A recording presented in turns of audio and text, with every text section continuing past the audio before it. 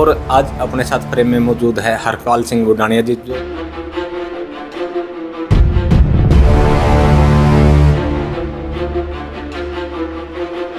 मैं चाहता हूँ कि टोहाना हल्के की हर बेटी शिक्षित हो, हर बेटा शिक्षित हो।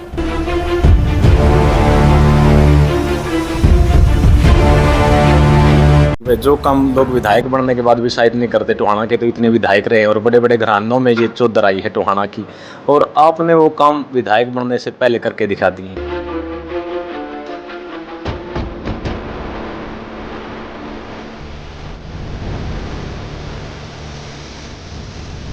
मैंने बेटियों के लिए 4 बसें लगा दी।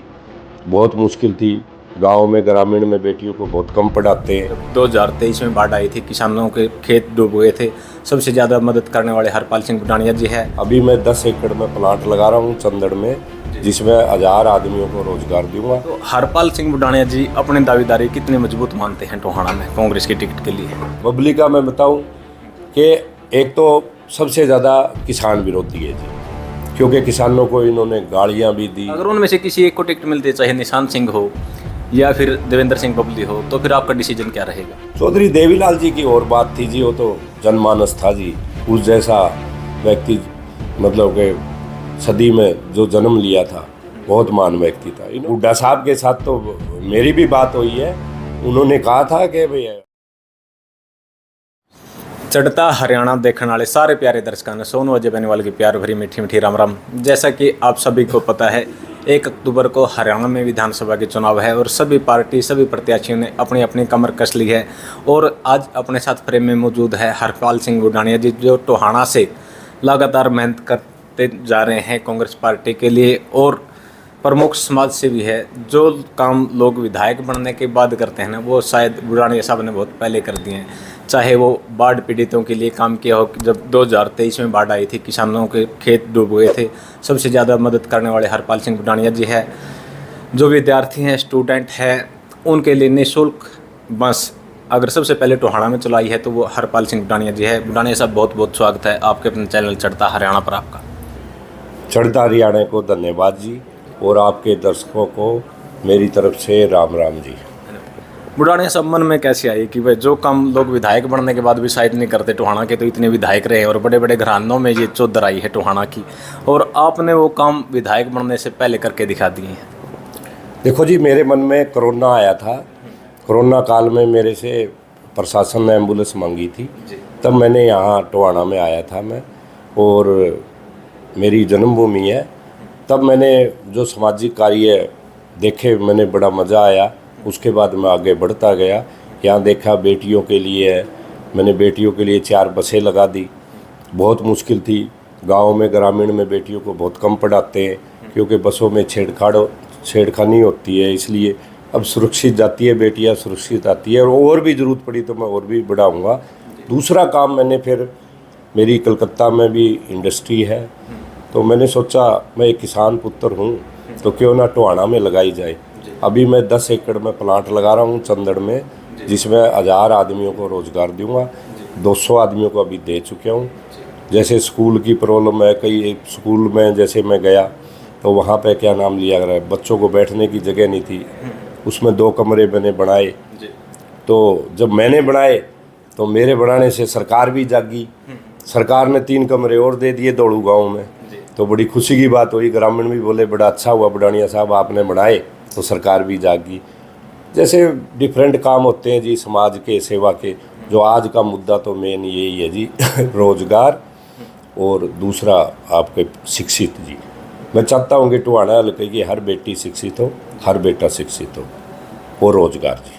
धन्यवाद। बुडानिया साहब, जैसे 1 अक्टूबर को हरियाणा में चुनाव होना है, हाँ जी, आपके प्रतिद्वंदी भी हैं, क्योंकि टिकट मांगने वालों की कांग्रेस में लाइन लगी हुई है, और जब किसी पार्टी की लहर आती है ना, तो ये लाइन और ज़्यादा लंबी हो जाती है। बिल्कुल बिल्कुल। तो हरपाल सिंह बुडानिया जी अपने दावेदारी कितने मजबूत मानते हैं टोहाना में कांग्रेस की टिकट के लिए? देखो जी, पहले तो मैं आपको बता दूं जी, मैं कांग्रेस का कार्य करता हूँ, कांग्रेस की नीतियों के ऊपर चल रहा हूँ। हमारे बुजुर्ग भी कांग्रेस में थे शुरू से ही, और जो किसान मजदूर है आज, उसके लिए मैं काम करता रहूँगा। व्यापारी वर्ग है, सब है, दूसरा इसके ऊपर टिकट तक, जहाँ तक की बात है, मैं कार्य करता हूँ और पार्टी ने अगर मेरे में विश्वास जताया तो मैं टुहाड़े की सीट 50,000 वोटों से जीत के कांग्रेस पार्टी की जोड़ी में डालूंगा जी। जैसे जो टोहाना सीट है ना बुढ़ानिया साहब, कांग्रेस को बड़े लाले पड़े हुए हैं इसकी जीत के, क्योंकि काफ़ी लंबे समय से कांग्रेस का विधायक नहीं बना टोहाना से। तो आपके पास क्या वो मास्टर स्ट्रोक रहेगा जो आप कह रहे हो कि भाई मैं 50,000 वोटों से जीत कर ये कांग्रेस की झोली में सीट डाल दूंगा?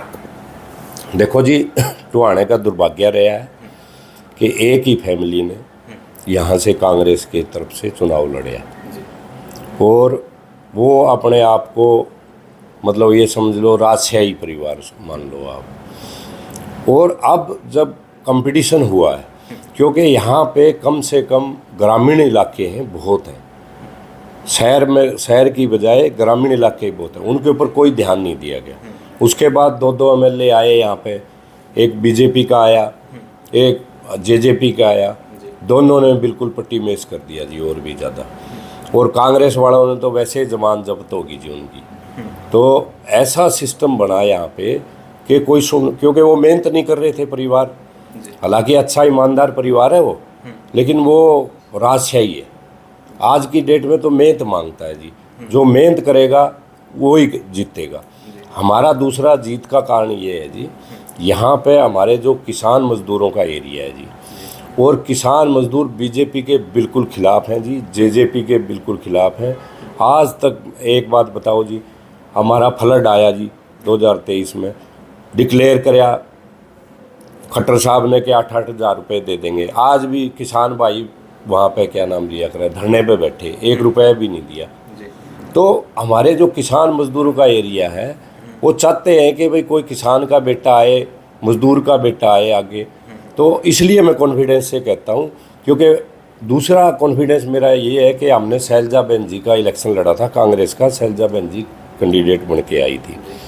उन्होंने मेरे से भी पूछा था कि भाई हमारे आप मदद कर रहे हो, कितनी वोटों से जीत जाएंगे। मैं कहा मैडम 40,000 प्लस से वोटों से जीतेंगे, और हमने 50,000 वोटों से जिताई शैलजा बहन जी को। यहाँ लोग बहुत परेशान हैं, तो इसलिए मैं कॉन्फिडेंट हूँ कि कांग्रेस पार्टी कम से कम 50,000 वोटों से जीतेगी।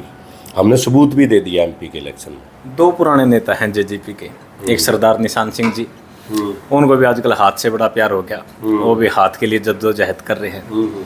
और जो पूर्व मंत्री हैं देवेंद्र सिंह बबली जी, वो भी अब भी छोड़ के आगे हैं, और कयास लगाए जा रहे हैं कि भाई कांग्रेस का हाथ क्यों ना इस बार आजमाया जाए टोहाना में।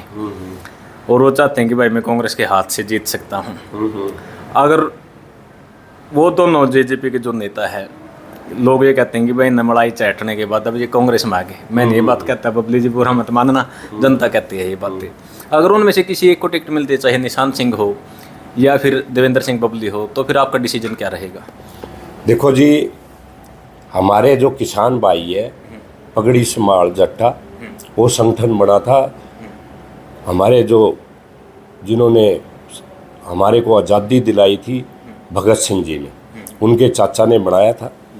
और आज भी वो संगठन, हम उस संगठन के साथ हैं, किसान संगठन के साथ हैं।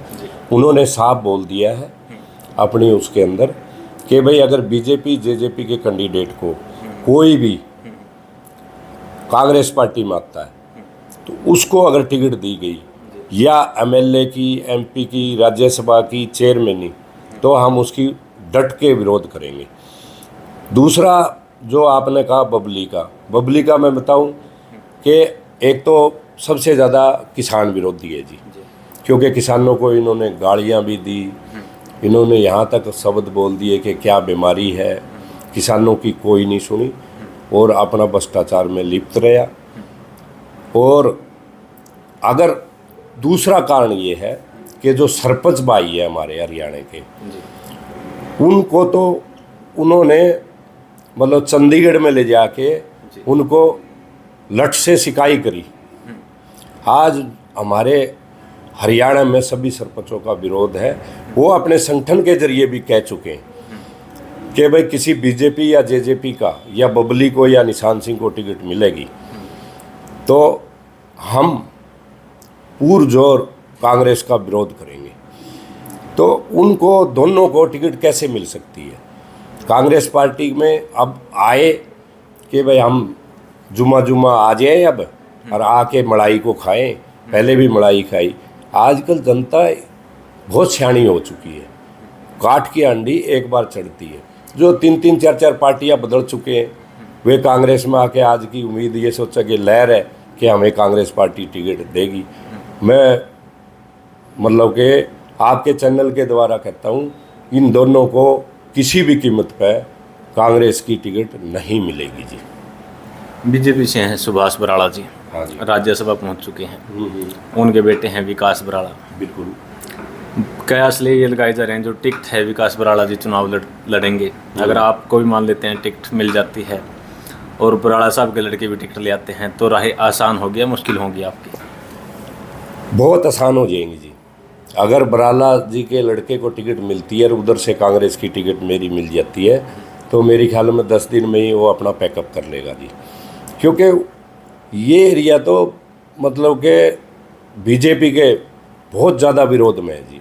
यहाँ का व्यापारी वर्ग भी विरोध में है जी, यहाँ का किसान भी, यहाँ का मजदूर भी। किया क्या है इन्होंने जी, ये बताओ ना जी। एक गरीब की छत गिर जाती है जी, उसके रिपेयर के लिए धक्के खाने पड़ते हैं जी। कोई भी इसके पास चला जाता है, भाई ये काम है जी, ये काम है। कभी तो अगर बराला के पास चले जाते हैं तो वो कहता है जी बबली की चलती है, बबली के पास चले जाते हैं कहते हैं जी मेरी तो चलती ही नहीं जी। यो ही 4.5 साल निशान सिंह का था जी। निशान सिंह भी कहता है मेरी तो चलती ही नहीं, फिर तू अध्यक्ष पद क्यों ले रहा है? और इन्होंने ये भी देखो, चलो तो बीजेपी का था सुभाष बराला, तो इन्होंने जो बबली था या निशान सिंह था, उन्होंने एक शब्द भी, पीपली कांड हुआ था हमारे किसान भाइयों के साथ, एक शब्द नहीं बोला उसने। भाई ये बोले 750 किसान भाई शहीद हो गए थे बॉर्डर पे, एक शब्द नहीं बोला। भाई मेरी तो चलती नहीं। इनके तो जी निश्चितार ना, मेरे हिसाब से ये किसी का मतलब मरा हुआ सांप किसी के गले में डालेगा, अपने घर में नहीं रखता कोई भी मरा हुआ सांप। एक बड़ी चुनौती भी आ गई है कांग्रेस के लिए। गठबंधन बन चुका है इनेलो और बीएसपी का, और अब ये कहा जा रहा है इनेलो और बीएसपी द्वारा कि भाई किसान कमेरा का राज आएगा, किसान और कमेरा एक हो चुका है। उस चुनौती को कैसे मानते हो आप? और जहाँ तक कयास हैं, जो टोहाना की टिकट है वो कुणाल करण सिंह जी लड़ सकते हैं यहाँ से चुनाव, एक बड़े चेहरे हैं, उनको कैसे देखते हो आप? देखो जी, बात यह है कि पीछे लोगों ने ड्रामा देख लिया। जो जेजेपी थी वो इन्हीं के परिवार से है, दोनों परिवारों का आपस में झगड़ा है। चौधरी देवीलाल जी होते थे, वो बड़े किसान और वे मजदूर के बड़े फेवर में थे, आम जनमानस थे। इन्होंने आके बेड़ा गर्क कर दिया जी, अलग अलग हो गए। जेजेपी से अपने उन्होंने क्या नाम लिया करें, इलेक्शन लड़ा, लोग बकावे में आ गए। बकावे में आके बोले खट्टर जमुना पार करेंगे, और जाके यही दुष्यंत उसकी गोदी में बैठ गया। इसकी वजह से इनेलो को भी, इसी वजह से लोग ये कहने लगे जी इसका क्या विश्वास है कि ये किसान के साथ जाएगा। ये किसान के साथ तो गया ही नहीं। कब गया किसान के साथ? राज्यसभा की वोट तो बीजेपी की सपोर्ट में दे रहा है अभय सिंह चौटाला, सबने पता है ये बात। तो ये किसान के तो है ही नहीं जी, मजदूर किसान के कहाँ है? चौधरी देवीलाल जी की और बात थी जी, वो तो जनमानस था जी, उस जैसा व्यक्ति, मतलब कि सदी में जो जन्म लिया था, बहुत महान व्यक्ति था। इन्होंने आके अपने आप ही बेड़ा गर्क कर दिया जी। इनका तो नाम ही नहीं है जी, भूल जाओ। अभय सिंह तो इनेलो वाले तो जो समर्थक है अभय सिंह तो ये साबित करते हैं ना जी कि हमने तो साबित करके दिखाया, जब किसानों की जरूरत थी ना। तो 4252 विधायकों में से अकेले चौधरी अभय सिंह चौटाला तो थे इंडिया से जिसने इस्तीफा दिया था किसानों के समर्थन में। वो तो कहते हैं कि हम तो सच्चे साथी हम ही हैं किसानों के, और कांग्रेस के 31 थे, कोई भी बोलने वाला आया कि भाई हम इस्तीफा देते हैं, जब किसान इस्तीफा मांग रहे थे आप लोगों से। ऐसा है जी, वो एक ड्रामा था। इस्तीफा दिया था अभय चौटाला जी ने, कोई शक नहीं इस बात में, लेकिन बाई इलेक्शन भी लड़ा था। लेकिन दूसरे पहलुओं में देखो ना आप जी, दूसरे पहलुओं में इन्होंने वोट भी दिया है बीजेपी को राज्यसभा के लिए। ना दिया तो देख लो आप रिकॉर्ड निकाल के, उसे आप क्या मानोगे? बुढ़ाने सब मैं आपको बता देता हूँ। वो अभय सिंह जी ये बात कहते हैं, जो आप कह रहे हो ना कि भाई राज्यसभा में वोट दिया है अभय सिंह चौटाला ने बीजेपी को, तो वो निर्दलीय प्रत्याशी थे कार्तिकेय शर्मा जी। जेजेपी ने भी उनको समर्थन किया था, और वो इस बात को तो बड़े खुल के बोलते हैं कि भाई जब चौटाला साहब जेल में थे ना, तो कार्तिकेय शर्मा ने बड़ी मदद की थी चौटाला साहब की, वो भी जेल में थे। ठीक है जी। तो हमने तो सीधा खुल के जनता को गुमराह नहीं किया, बड़ी बुलंद आवाज के साथ वोट दिया है कार्तिकेय शर्मा को। कार्तिक शर्मा बीजेपी का कैंडिडेट था, निर्दलीय बेशक हो, आज भी बीजेपी में है, सब ने पता है इस बात का। ये कान ऐसे पकड़ लो या ऐसे पकड़ लो, एक ही बात है। ऐसा नहीं है भाई, विश्वास कैसे करे जनता? चलो बुढ़ानिया विश्वास कर लेगा, कैसे करे जनता विश्वास? क्योंकि विश्वास तो ये खो चुके। दुष्यंत चौटाला ने इस परिवार का टोटल मतलब कि मैं कह रहा हूँ नाश कर दिया। जो चौधरी देवीलाल जी का नाम डुबो दिया इन्होंने। मतलब जो दुष्यंत चौटाला ने बीजेपी का समर्थन कराया था, कहीं ना कहीं छवि इनेलो की भी धूमिल हुई है उससे। बिल्कुल 100% दुर्मिल हो रही है। लोग हम जाते हैं, लोग कहते हैं भाई हम कैसे वोट देंगे। पहले तो उसने बोला था मैं कांग्रेस मतलब बीजेपी के तो समर्थन ही नहीं दे सकता, गालियाँ निकालता था, सब कुछ करता था, उसी की जोड़ी में जाके बैठ गया जी। अब इन पर जनता कैसे विश्वास करे? दुष्यंत जी एक बात कहते हैं कि भाई मैंने हरियाणा को प्रगति के पथ पर लाने का काम किया है, और जो विधानसभा के चुनाव है ना, वो दोबारा से चाबी कहते हैं दुष्यंत जी हमारे हाथ में होगी। उसको कैसे देखते हो? देखो जी, दुष्यंत जी का जेजेपी का जो पार्टी बनाई थी वह यह थी, किसी का ईंट किसी का रोड़ा, और बिल्डिंग बनाई थी उसने। जो ईंट रोड़े आज कहाँ घूमते फिर रहे हैं, सब ने इस्तीफा दे दिया। ये दोनों माँ और ये बेटा रह गए हैं, बाकी सब ने इस्तीफा दे दिया जो इसके साथ थे। जो इनका जमा नज़दीकी माना जाता था, जो अनूप सिंह दानक जो उकलाना से है, उन्होंने भी इस्तीफा दे दिया। तो किसी से उठा के आपने लिया, यहाँ का जैसे बबली था, ईश्वर सिंह था, सारों ने इस्तीफा दे दिया इस पार्टी से। क्यों दे दिया? क्योंकि इन्होंने तो अपना लालच में ये पार्टी बनाई थी कि भाई आजा तेरे को भी टिकट दे दिया। भाई जिसमें कांग्रेस का बागी हो गया या दूसरी पार्टी का बागी हो गया, वे उठा के चुनाव लड़ा। इसको तो सपनों में थी 10-11 सीट आ जाएंगी। फिर ऐसा हो गया कि इन्होंने सपोर्ट देनी पड़ेगी। अरे तो उन्हें सपोर्ट करनी थी तो कांग्रेस पार्टी क्योंकि हरियाणा के अंदर दिग्विजय ने तो बोला था ना जी, आपको हमारे को 36 लोगों की शक्ल दिखा दो, 36 विधायक दिखा दो, हम तो आपके पास आ जाएंगे। वो तो हुड्डा साहब पे 36 विधायक एकजुट को नहीं हुए ना जी। वो नहीं, हुड्डा साहब के साथ तो मेरी भी बात हुई है। उन्होंने कहा था कि भाई हमारे को दो आप समर्थन, हम सरकार बनाएंगे, बिल्कुल बोला था। इन्होंने हुड्डा साहब से सरकार नहीं बनाई। अगर आज हुड्डा साहब से सरकार बनाए होते तो बहुत अच्छी पोजीशन में होते, क्योंकि कांग्रेस पार्टी किसान मजदूर गरीब की पार्टी है, और कांग्रेस के साथ मिलते तो इनकी पोजीशन आज और अलग होती। और लेकिन इन्होंने तो वहाँ जाके मिले, डिप्टी सीएम का पद ले लिया। ये तो कांग्रेस पार्टी भी दे रही थी इनको, लेकिन नहीं मानने ये। कांग्रेस में अगर मौजूदा हालात की बात करें तो एक सीट पे 25-25, 30-30, कहीं तो 80 प्लस गई हुई है टिकटार्थियों की संख्या जी। एक कहते हैं, जनता कहती है कि अगर कांग्रेस के मन में सबसे बड़ा डर आज के टाइम में एक है, जैसे ये टिकट बिल्कुल लास्ट में अनाउंस करेंगे कि भाई किसको टिकट देनी है किसको नहीं। वहाँ उसका कारण क्या है? कारण ये बताया जा रहा है कि जब ये टिकट बांटेंगे ना, तो सबसे ज़्यादा भगदड़ अगर कहीं मचेगी ना, तो वो कांग्रेस में मचेगी। जो आने का दौर है ना, वो एकदम से फिर जाने का दौर साबित होगा। नहीं जी, कांग्रेस पार्टी आपको आज बता दूं, जैसे एमपी का इलेक्शन हुआ था, उसमें बड़ी सोच समझ के साथ हुड्डा साहब ने, शैलजा बहन जी ने बड़ी सोच समझ के, ऊपर राहुल गांधी जी ने, सब ने सोच समझ के टिकट दी। जो टिकट देने के बाद भी ये एक्चुअली में क्या है कि ज़्यादा से हारते, मतलब कि जैसे बीजेपी को, कांग्रेस को 7 सीट आ जाती, एक तो सीट 20-30 हज़ार से आ रही है, दूसरी भी इतने से आ रही है सीटें, कोई मेजर मार्जिन से। नहीं तो बीजेपी जीतती थी हरियाणा में 3 लाख से, 4 लाख से, अब की बार 20-30 हज़ार से ज़्यादा। एक नई बात हो रहा है कि इसमें तो मैं एक और ऐड कर लेता हूँ। ये जो कहते हैं ना कि 5 सीटें आई है, ये कांग्रेस के बलबूते नहीं आई है, आम आदमी पार्टी इसका श्रेय लेती है। अगर हम इनकी मदद नहीं करते ना, तो ये 5 सीटें नहीं जीती। जो हुड्डा साहब को घमंड है ना कि हम सरकार बनाने जा रहे हैं, जो ये 5 सीटें आई है हमारे वोटों के कारण आई है। कई सीटें तो ऐसे जो 15-15, 20-20 हज़ार से जीते हैं। देखो जी, आम आदमी पार्टी का सबने पता है जी। आम आदमी पार्टी का वोट शेयर कितना है? अभी 5%, 6%, वो भी सभी हर एक हल्के में नहीं है। जैसे फरीदाबाद में ज़्यादा है, जैसे आपका कुरुक्षेत्र में ज़्यादा है। हमारे यहाँ तो आम आदमी पार्टी का पीछे का रिकॉर्ड उठा के देख लो, 4,000 5,000 वोट से ज़्यादा है ही नहीं आम आदमी पार्टी का। ठीक है, आम आदमी पार्टी की भी सपोर्ट थी, लेकिन आम आदमी के कारण नहीं आए। मतलब हम कह सकते कि कांग्रेस पार्टी आम आदमी पार्टी के कारण जीतती है, लेकिन सपोर्ट था, अच्छी बात थी। एक सीट उनको दी गई थी, तो उनमें भी क्या नाम लिया करे, वहाँ पे अगर खड़ा हो गया इनलो वाला, नहीं तो अदरवाइज तो आम आदमी पार्टी की सीट जीत जाती वहाँ पर आराम से। वो हराने के लिए खड़ा हुआ वहाँ पे, और सीट नहीं थी और कहीं खड़े हो जाते। धन्यवाद बुडानी साहब। तो अंत में टोहाना हल्का की जनता को क्या मैसेज देना चाहोगे बुडानी साहब आप?